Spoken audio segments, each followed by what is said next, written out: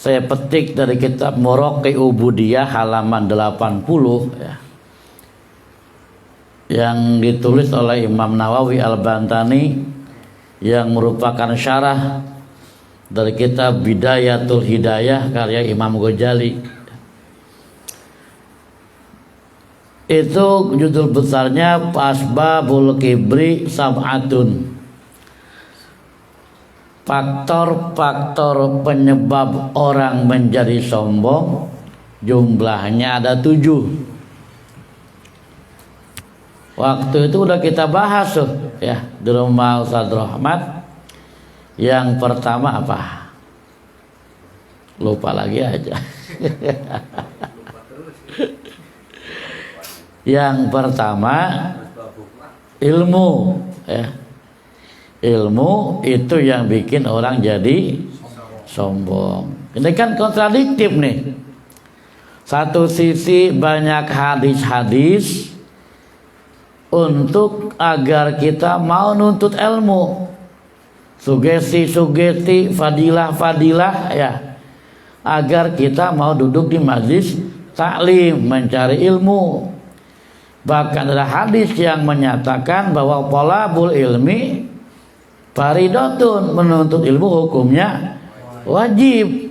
Tapi kenapa kok dikatakan ilmu bikin orang jadi sombong? Nanti ada ke bawah pembahasannya ya. Ilmu yang bisa bikin orang jadi sombong diantaranya karena dia merasa, nah ini ya, dengan ilmunya merasa dirinya sudah sempurna gitu. Sebab di awal dijelaskan oleh Imam Nawawi ya, i'lam, ketahuilah, annal insana la yatajibu nafsahu illa huwa ya'taqidu anna laha sifatun min sifatil kamali. Manusia itu tidak akan mengagungkan dirinya gitu, tidak akan membesarkan dirinya kecuali dia merasa memiliki sifat min sifatil kamali, daripada sifat-sifat kesempurnaan. Ketika dia merasa dirinya sudah sampai tahap sempurna, baik di niatan au dunyawiyatan, baik sempurna masalah pemahaman agamanya, merasa sempurna dengan ekonomi dunianya, maka di situ manusia biasanya timbul keangkuhannya, merasa membesarkan dirinya, merasa mengagungkan dirinya karena sudah merasa sempurna dalam pemahaman agama dan dunia. Termasuk ketika dia memiliki ilmu gitu loh. Ketika dia merasa sempurna memiliki ilmu, maka di situ timbul kesombongannya, menyalahkan orang lain, tidak mau mendengar pendapat orang lain, merasa pendapatnya yang paling benar, merasa dalilnya yang paling sahih, yang tidak sama dengan pendapatnya dianggapnya salah. Nah itu ilmu yang semacam itu ya, yang membuat pemiliknya menjadi sombong karena merasa sempurna dengan ilmunya. Ini keterangan singkat ya, kami pengulasan ya. Lalu yang kedua yang sudah kita bahas, faktor penyebab orang menjadi sombong, kata Imam Nawawi ya, ialah al-amalu wal ibadah, amal dan ibadah. Ini kontradiktif lagi nih ya. Satu sisi kita diperintahkan banyak beramal, satu sisi kita diperintahkan untuk banyak melaksanakan ibadah, baik sholat, ya, puasa, zakat, ngaji, zikir dan seterusnya. Tapi di sini dijelaskan justru amal dan ibadah itu bisa menjadi faktor penyebab orang menjadi sombong. Amal ibadah bagaimana yang bisa bikin orang menjadi sombong? Orang yang memiliki ilmu yang bagaimana yang bisa menjadi orang sombong? Kemarin sudah kita bahas ulang secara singkat supaya nyambung ceritanya. Karena ada tingkatan kesombongan yang dimiliki oleh orang yang memiliki ilmu dan orang yang ahli ibadah. Pertama, tingkatan kesombongannya ialah ayyakunal kibru mustaqiran fi qalbihi. Kesombongannya itu bertengger di hati. Sombongnya bertengger di hati. Bagaimana orang yang sombongnya bertengger di hati? Yara nafsahu khairan min ghairihi. Dia melihat dirinya itu lebih baik daripada orang selain dia. Itu kesombongan di hati itu. Ya, kesombongan yang dimiliki orang yang punya ilmu, kesombongan yang dimiliki oleh orang yang rajin ibadah, memandang orang lain itu apa? Memandang dirinya lebih baik daripada orang selain dia. Lalu yang kedua, asaniyah, tingkatan kedua sombong yang dimiliki oleh orang yang memiliki ilmu dan orang ahli ibadah, ayujhiru dzalika ala af'alihi. Dia tampakkan kesombongan itu di af'alnya, di perbuatannya. Seperti apa? Imam Nawawi menjelaskan, contohnya di antaranya bitarapu'i fil majalis. Kalau di majelis itu dia merasa apa? Ingin diistimewakan, ingin tempat yang tinggi gitu loh. Tempat yang tinggi dalam artian di tempat yang khusus, tempat yang mewah, tempat yang dipersiapkan pengennya itu agar lain daripada orang yang lain gitu. Ngerti gak? Ya. Ya, tempatnya istimewa pengennya. Pengen diposisikan tempat yang istimewa. Duduknya nggak mau ngeriung sama orang-orang biasa gitu. Itu semua dihafal di antaranya. Gimana kalau penceramah kiai datang ke rumah jamaah atau acara maulid disiapkan tempat istimewa, sombong apa enggak? Enggak. Itu bentuk penghormatan jemaah kepada ulamanya. Ya. Tapi ketika tidak dipersiapkan tempat istimewa, tempat yang biasa aja, si ulama ini nggak boleh marah gitu loh. Ketika dia marah dan meminta, itu ada kesombongan di hatinya. Tapi kalau memang sudah disiapkan oleh jemaah, itu bukan bentuk kesombongan. Itu bentuk penghormatan jemaah karena ingin takjiman, takriman kepada gurunya, kepada ulama dan seterusnya. Nah, itu yang kedua singkat keterangannya. Di sombongnya di apa? Ditampakkan di af'alnya. Apa itu perbuatannya gitu ya. Nah, yang ketiga, kesombongan yang dimiliki oleh para orang yang memiliki ilmu dan orang yang rajin ibadah ialah ayyujhirul kibro ala lisanihi, ya.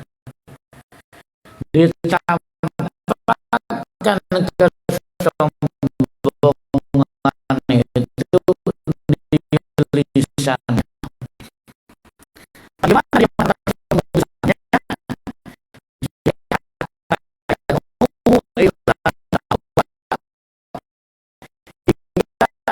dia membuat satu pernyataan dia aku sebagai orang bagaimana dia siapa dirinya gitu.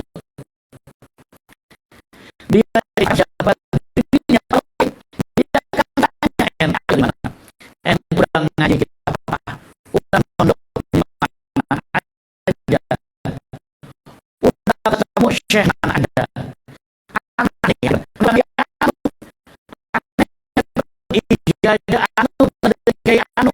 ada ketemu sama syekh agar dia diakui sebagai orang alim. Ente abid rajin ibadah, udah sejauh mana ibadah ente gitu kan ya, sejauh mana sujud ente, sejauh mana wirid ente, anak nih nah gitu, anak nih anak nggak malam nggak pernah tidur sebab ingin menaklukkan malam itu dengan melekkan, dia bilang begitu ya. Wah, anak udah berbagai macam dia ceritain lah ya amalannya agar diakui sebagai orang alim dan rajin ibadah. Hati-hati ini ya. Maka mudah-mudahan kita diselamatkan ya. Lalu yang ketiga, ini ketiga dari yang 7 itu ya. Faktor penyebab orang menjadi sombong, ini yang sudah kita bahas di Ustaz Rahmat ya. An-nasabu tuh, nasab ya. Jadi dia merasa sombong dengan apanya? Dengan nasabnya, merasa nasab yang mulia. An-nasabul ladzi lahu nasabun syarifun tuh. Ialah falladzi lahu nasabun syarifun, maka orang-orang yang baginya itu memiliki nasab yang mulia, yastahkiru, meremehkan siapa? Man laisa lahu dzalikan nasabu, meremehkan orang yang tidak memiliki nasab yang mulia.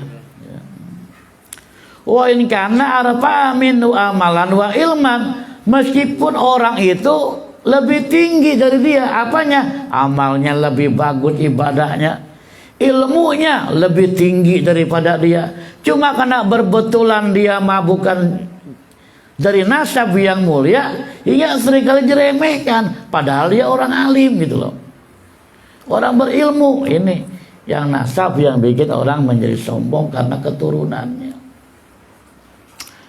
Ya Allah, para jemaah, maafin banget ya. Bukan berarti kita nggak boleh cinta dengan juriah. Kita diajarkan mesti cinta dengan juriah. Banyak hadis-hadis yang mengajarkan agar kita mencintai juriatul Rasul. Nah, cuma yang saya mau bilang begini, maaf ini ya. Di antara juriah yang terdekat itu kan Sayyidah Fatimah, ya, betul nggak? Kalau udah bin Anu, baru sampai kepada Siti Fatimah dan Ali, sampai ke Rasulullah. Nah, yang terdekat dengan Rasul siapa? Siti Fatimah. Tapi apakah Siti Fatimah mempunyai tempat khusus karena anak Nabi bebas hukum? Oh enggak. Kadang-kadang maaf Pak, sedikit pemahaman di masyarakat nih. Oh dia mah juriah, bagai berbuat maksiat gitu ya. Nanti begitu ya. Tapi maaf, kalau saya baca hadis, ini hadisnya sahih nih, dalam kitab Sahih Muslim ya. Sebetulnya hadis ini menceritakan kedapan kulit dan nanti dipotong tangan. Tapi para sahabat enggak yang melaksanakan apa? Eksekusi yang tertanda. Banyak jasanya buat Islam. Yang terhormat. Jangan para sahabat eksekusi. Bagaimana para sahabat ada duta ada Rasul minta keringanan hukuman untuk Fatimah al-Mahjumiyah. Dulu sahabatnya ini Usamah bin Zaid, ini cucu angkat Rasulullah ya. Nah, ketika Usamah datang kepada beliau Rasul menyampaikan maksudnya gitu, agar minta keringanan hukuman buat Fatimah al-Mahjumiyah, apa kata beliau Rasul? Ya Usamah, hancurnya umat-umat sebelum kamu apabila yang mencuri orang-orang mulia, apabila yang mencuri orang-orang terpandang, patarakuhu, maka ditinggalkannya. Artinya tidak tersentuh oleh tangan-tangan hukum. Wa iza sarakot fihi do'ifu, dan apabila yang mencuri itu orang doib gitu, orang lemah, orang bawah, rakyat jelata, faqamu ilaihimul had, maka hukum ditegakkan dengan seadil-adilnya. Dilanjutkan, hai Usamah, nah ini, lau kanat Fatimatu bintu Muhammadin saraqat laqata'tu yadaha.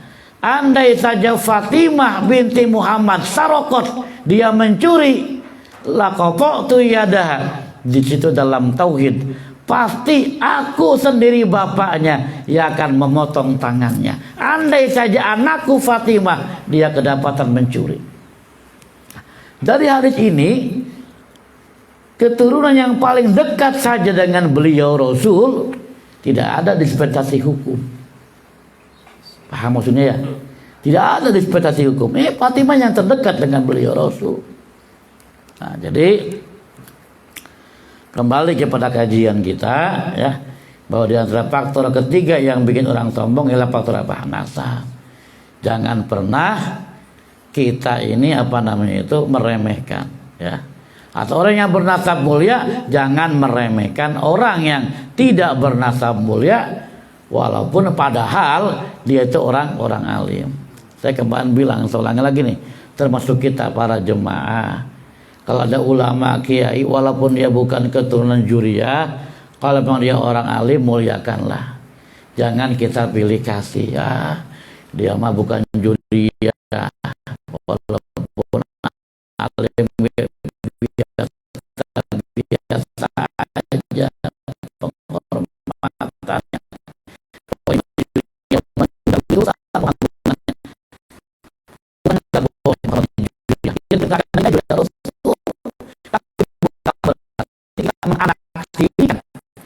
Ulama-ulama orang-orang alim yang memang bukan daripada golongan dzurriyyah.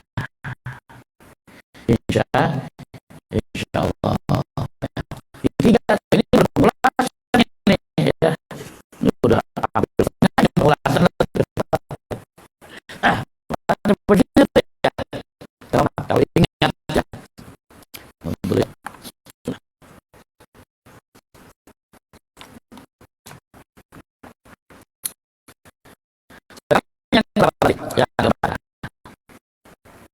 Orang faktor yang keempat yang bikin orang sombong ialah al-jamal. Apa jamal itu? Hah? Apa?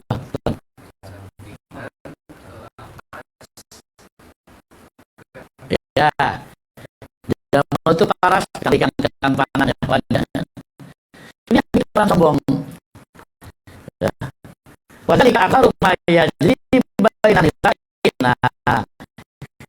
Ya. Ini biasanya Nawawi bagi para perempuan tuh ya.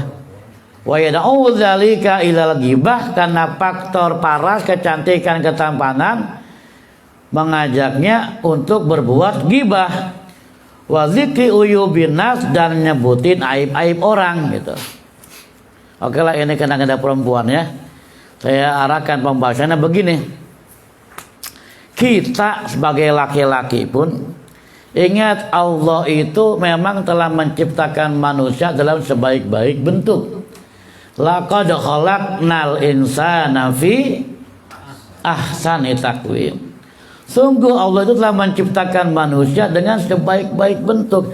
Karenanya kita jangan pernah membuli kekurangan fisik orang lain.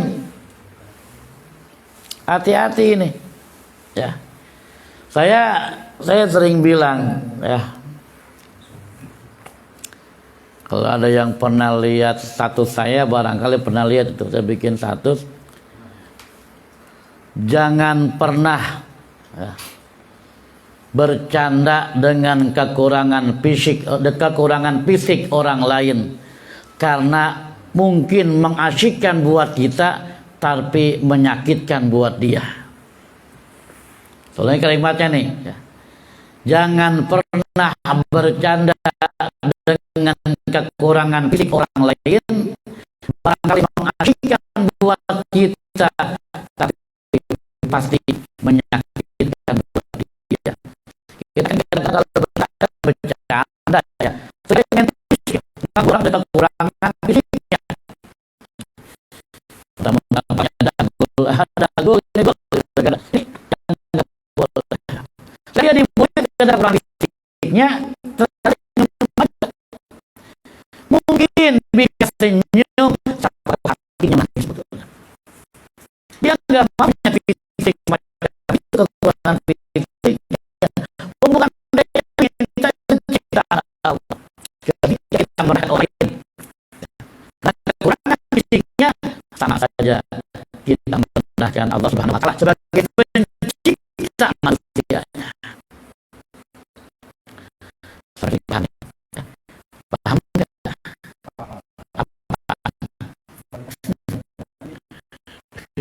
Ya kan?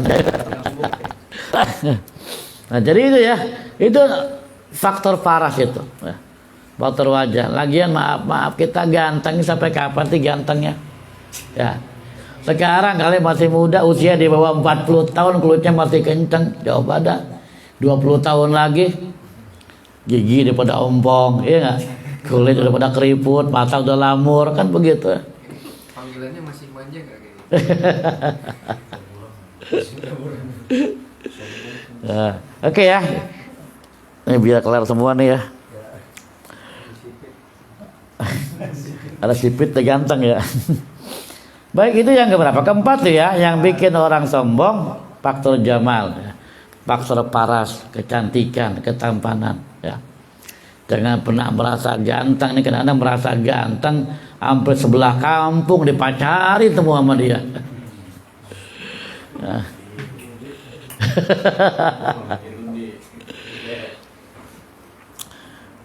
Yang berapa sekarang? Yang kelima nih ya. Wal khamisu, dan yang kelima, ya, kata Imam Nawawi nih ya, faktor bikin orang jadi sombong, al-mal, ya, harta. Bukan berarti nggak boleh kita punya harta, jangan salah nih. Ini tentang ngaji yang bikin orang sombong, kata Imam Nawawi, ialah harta. Akhirnya nggak mau usaha, nggak ngumpulin harta, salah juga. Itu namanya gagal paham kalau begitu. Islam itu butuh, ya. Izzu dunia bil mal, ya. Kemuliaan dunia itu dari harta gitu loh. Coba lihatin dah ya. Orang, maaf ya, orang kaya sama orang nggak kaya, orang nggak punya gitu ya. Ketika dia kentut di depan umum, orang beda tanggapannya. Coba lihatin dah. Iya, Mbak. Coba orang susah kumpul begini ngeriung kentut, habis diomelin. Dasar nggak tahu diri lo, kentut gimana baik, kan begitu. Nggak punya adab, nggak punya sopan santun, kentut sembarangan depan orang, jadi aja habis diomelin. Siapa yang kentut tuh? Orang miskin, orang kismin. Coba orang kaya kentut, sehat Pak, alhamdulillah. Anginnya keluar, sehat dah. Orang-orang mah nggak bisa kentut, udah operasi gitu. Syukur tuh, coba tuh. Tanggapan aja udah beda itu. Izzu dunia bil mal, kemuliaan dunia yang dengan harta. Iya kan? Lah kita bangun masjid butuh orang kaya yang punya harta. Ini pengajian nih, kalau nggak ada malah nggak jalan. Emang nggak pakai dana? Iya apa iya? Suksesnya pengajian kan kena ada harta. Bukan berarti kita nggak boleh harta, ya, nggak boleh punya harta. Yang dimaksud harta menjadi sebab sombongan itu ialah harta yang dimilikinya tidak dibarengi dengan keimanan kepada Allah Subhanahu wa taala. Tapi emang si orang kalau sombong banyak hartanya, pantas-pantas aja gitu loh. Iya Pak ya? Lah iya. Kenapa dia sombong? Oh, mobilnya Alphard, kata begitu kan ya. Rumahnya mewah, pantas-pantas aja sombong, kayak dunianya banyak. Nah, ini kalau miskin sombong, kita mau pantasin dari mana gitu loh. Artinya begini, yang kaya aja sombong, walaupun orang mati mantasin salah, apalagi yang miskin gak gablek apa-apa, sombong lebih salah lagi gitu. Nah, jadi para jemaah ya, ini kesombongan dengan harta ini yang memang yang tidak dibarengi dengan keimanan. Tapi harta yang dimiliki, ketika harta itu tidak pernah bertengger di hatinya, nah gitu ya. Maka nggak pernah bikin orang jadi sombong dan tidak akan pernah membuat pemiliknya lalai kepada Allah Subhanahu wa taala. Jadi ketika orang banyak harta bukan berarti dia hubud dunia nih. Kita kan selama ini mengartikan hubud dunia itu orang yang banyak harta terus bekerja siang malam kan begitu ya. Orang miskin juga bisa aja hubud dunia gitu. Paham nggak? Soalnya kalimatnya, hubud dunia bukan hanya dimiliki oleh orang yang berharta, tapi hubud dunia juga bisa dimiliki oleh orang yang miskin yang tidak punya apa-apa. Bagaimana pengertiannya? Begini, ada orang kismin nih, mobil nggak punya, maaf ya, motor juga nggak punya, handphone juga nggak punya. Kismin umpamanya TV juga banyak, TV-nya TV yang apa namanya LED, TV tabung ya, banyak lagi. Dia punya sandal yang mewah, sandal zaman dulu ya. Ya warna macam-macam, ada yang coklat ya, biru.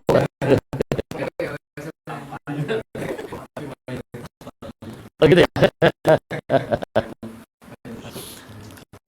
Oke, jangan dari lah, punya jepit lah, walau ya, walau baru.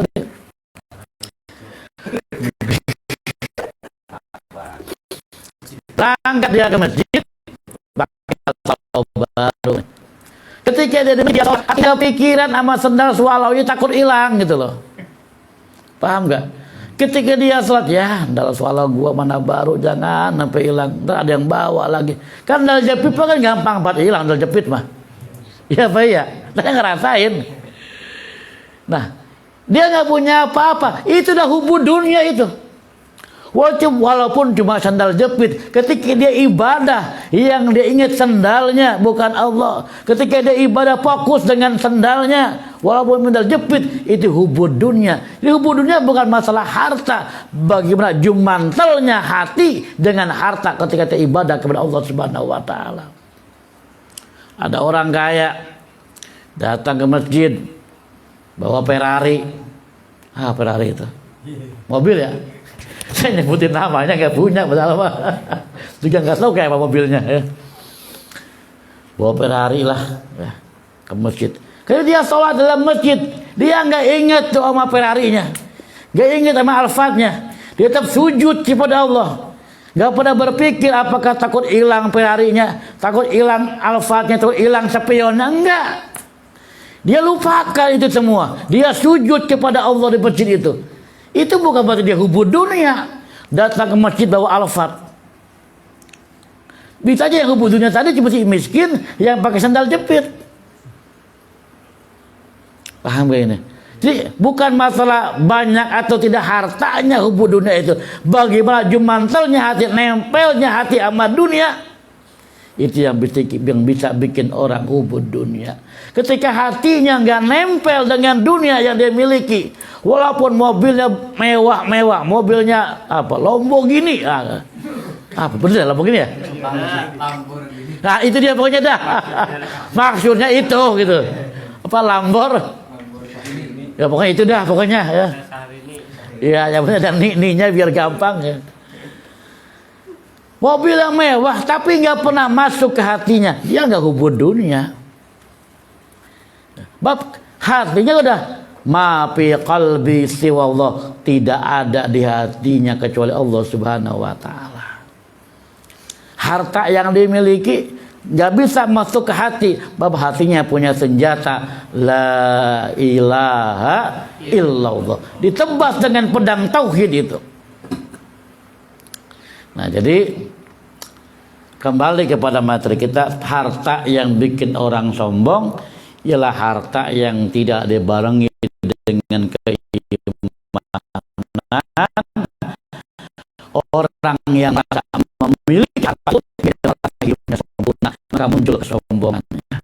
Naudzubillah, naudzubillah. Udah 5 tuh ya. Puasa itu nanya dia. Dan yang keenam, faktor penyebab orang menjadi sombong yang keenam ialah al-quwwah kuat. Ya. Wa takaburu biha ala al-dhaif, dan dia sombong dia dengan kuatnya itu, dengan kekuatannya ala ahli dhaif, pada orang yang merasa punya berbagai macam ajian, ajian orang ajian ingin tentang ajian salat juga, ya. Ilmu lampah lumpuh. Ya. Kalau dunia pewayangan ada punya ajian Braja Musi, Braja Delta, Braja Wikalfa, ya. Nah itu dia, ya. Kerawa Rontek, Bari Prima, itu Pancasona, ya. Pancasona. Merasa hebat dengan kekuatannya hingga dia sombong dengan orang-orang yang lemah. Artinya gampang banget marah sama orang-orang lemah, gampang banget nakutin orang-orang lemah dan seterusnya. Padahal orang kuat mah bukan orang yang pintar berantemnya gitu loh, ya. Ada hadis Nabi, laisa syadidu bisura'ah, ya. Bukanlah orang yang gagah berani, gagah perkasa, itu orang yang pandai bergelut, pandai bergulat, pandai berantem, bukan. Innama syadidul ladzi yamliku nafsahu indal ghadab. Sesungguhnya orang yang gagah itu orang yang kuat, orang yang mampu menahan amarahnya ketika dia marah. Itu orang yang kuat sesungguhnya. Selama ini kan kita menafsirkan orang yang kuat, orang yang mampunya berbagai macam ilmu kanuragan dan seterusnya. Mentang kuat, mentang sakti, marah habis dipukulin, marah sama bilang maling apa, Hansi pukul maling habis itu. Padahal bukan itu orang yang menahan amarahnya, ya, menahan nafsunya, maaf, udah dibikin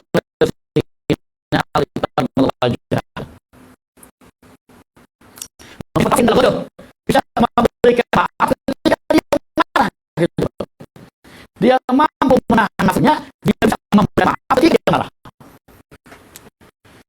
Saya pernah beriwayat, ya.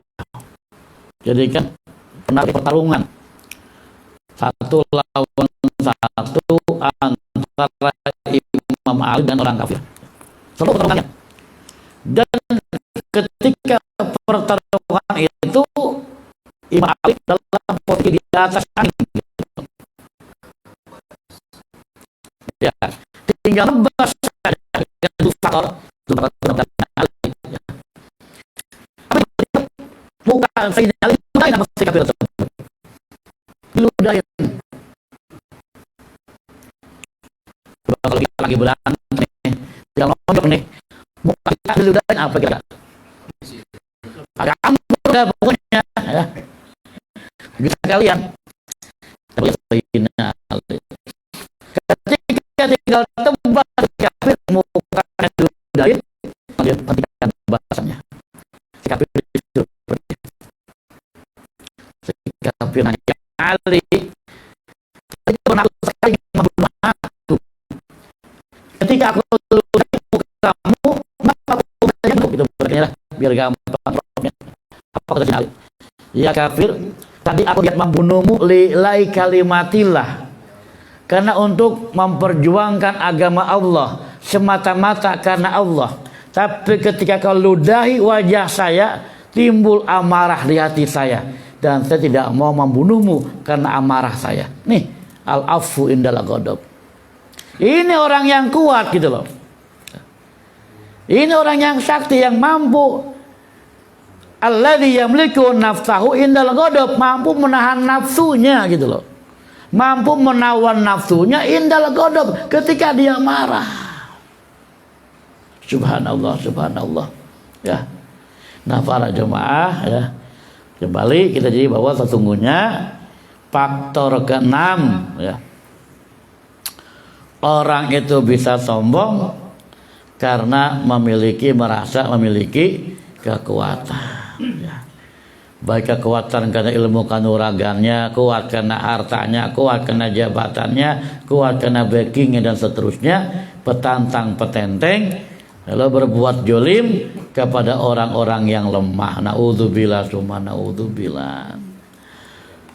Yang terakhir, ya. Yang terakhir kata Imam Nawawi, faktor penyebab orang menjadi sombong asabiu. Yang ketujuh, al-itba'u wa talamizatu wal aqaribu. Ini tiga-tiganya ini kalau kita artikan dengan bahasa sekarang, karena merasa banyak follower. Apa follower itu?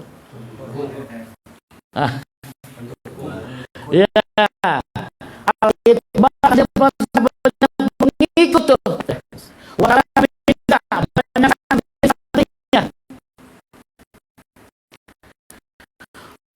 banyak rata-ratanya, banyak dukungnya orang sekitar dia. Dan dia merasa punya banyak pengikut, punya banyak follower, merasa banyak jemaah, merasa banyak santri, maka ini bisa memicu kesombongan. Kalau tidak berikan kepada Allah Subhanahu wa taala. Orang kan Pak begini jemaah, kalau dia merasa banyak jemaahnya, banyak pengikutnya, dia akui atau tidak. Kalau dia nggak mampu melawan hawa nafsunya, maka akan mudah timbul kesenangan. Apapun yang dia lakukan, apalagi punya jemaah-jemaah yang itu apa? Militan, jemaah yang militan. Jangan dia berbuat benar, dia berbuat salah, ya pasti akan dibilang jemaah militan. Maka akan tergoda dengan semua orang yang banyak jemaahnya sombong ya. Ini yang disebut sangat memungkinkan orang yang begitu untuk bisa menjadi sombong kalau dia mampu menahan hatinya. Ya. Begitu kita akan berpikir, orang pengikutnya santri gue ribuan, santri lu mana gitu loh. Jemaah gue ratusan ribuan, jemaah lu mana? Ini bisa muncul kesombongan. Apalagi kalau pengikutnya pengikut militan ini. Kita katakan di awal tadi, jangankan dia berbuat benar, dia berbuat salah pun jemaah militan akan siap membela dan membantunya. Makanya jadi jemaah itu bukan berarti yang membenar-benarkan ustaz atau kiainya. Kalau ya kayak ustaz kan manusia biasa. Ketika melakukan kesalahan, maka bisa watawasau bil haqqi watawasau bis sabr. Orang yang baik itu orang yang mau menerima pendapat orang lain meskipun dari orang yang masih muda gitu. Saya jauh menafsirkannya, bisa menerima pendapat nasihat meskipun dari orang yang santri kita, jemaah kita.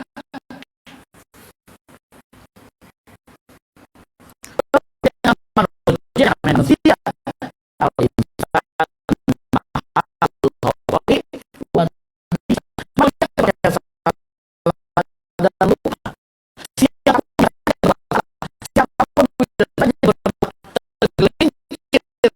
maka orang yang baik itu tidak pernah terkena dengan jemaahnya, dengan berbagai macam pengikut pemilihan dan seterusnya.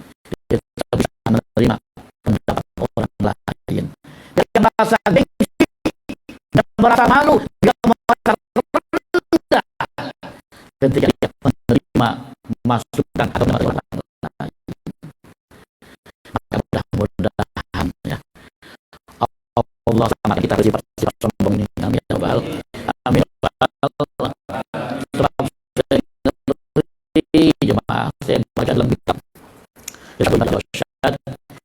itu ada kalimat la yadkhulul jannata man fi qalbihi zaratan min kibrin, yang di hatinya itu ada kesombongan walaupun sebesar biji zarah ya. Semoga kita semua hati kita diselamatkan oleh Allah dari sifat-sifat sombong dan takabur. Amin ya rabbal Allahumma sholli ala sayyidina Muhammadin fil awwalina wal akhirin wa sallim wa radiyallahu tabaraka wa ta'ala an kulli sahabati rasulillah ajma'in. Bismillahirrahmanirrahim. Alhamdulillahi rabbil alamin. Hamdan yuwafi ni'ma yukafi majidah. Ya Rabbana lakal hamdu kama yanbaghi karim wa 'azimi sultanik. Allahumma sholli ala sayyidina Muhammad wa ala ali sayyidina Muhammad. Allahumma ya Allah, Allahumma ja'al jamana hadza jam'an marhuma wa tabarakana min ba'dihi tabarakan ma'suma. Allahumma ja'al jamana hadza jam'an mashkura wa tabarakana min ba'dihi tabarakan maghfura. Allahumma zidna ilma warzuqna fahma. Allahumma nawwir qulubana binuri hidayatika kama nawatal arada binuri syamsika abadan abada. Innahu min Sulaimana wa innahu bismillahirrahmanirrahim. Allahumma inna na'udzubika min ilmin la yanfa' wa min du'ain la yusma' wa min amalin la yurfa'. Rabbighfir lana wa liwalidayna warhamhuma kama rabbayana shighara. Rabbana atina fid dunya hasanah wa fil akhirati hasanah wa qina adzabannar. Wa sallallahu sayyidina Muhammad wa ala alihi wa sahbihi ajma'in. Subhana rabbika rabbil izzati amma yasifun wa salamun alal mursalin walhamdulillahi rabbil alamin. Akhiran assalamualaikum warahmatullahi wabarakatuh.